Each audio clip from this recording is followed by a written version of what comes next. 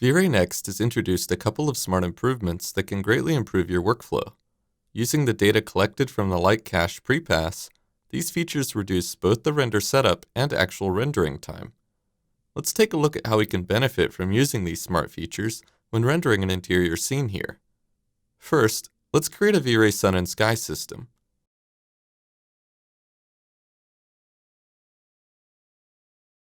Now, create a V-Ray dome light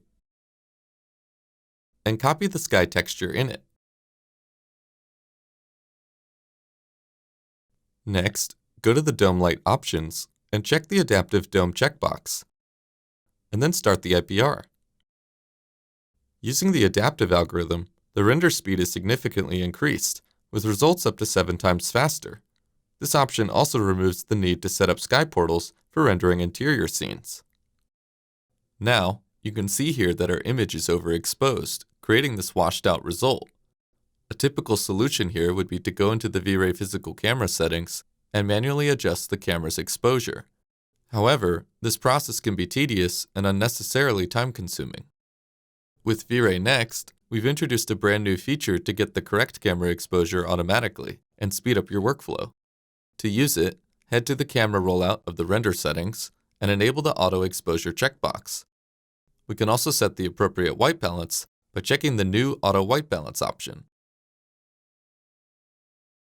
Now we will have proper lighting, which allows us to focus on trying out different light angles and different HDRIs without being distracted by the camera settings or needing to adjust the light intensity. Note that the NVIDIA AI denoiser is also enabled here, giving us an almost instant noise-free preview of the final image, which will speed up our look dev phase. If we disable the sun, we can quickly preview several HDRIs here to try out a variety of different looks. Notice how the exposure and white balance adjust automatically to give you a great looking result every time.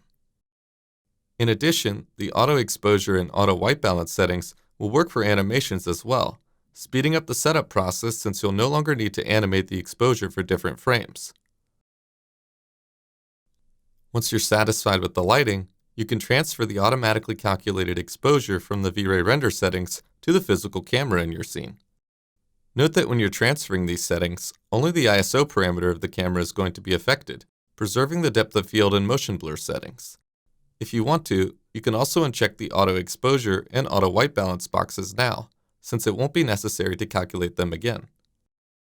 Now for the final production render, simply switch to the regular V-Ray denoiser, and you're ready to render.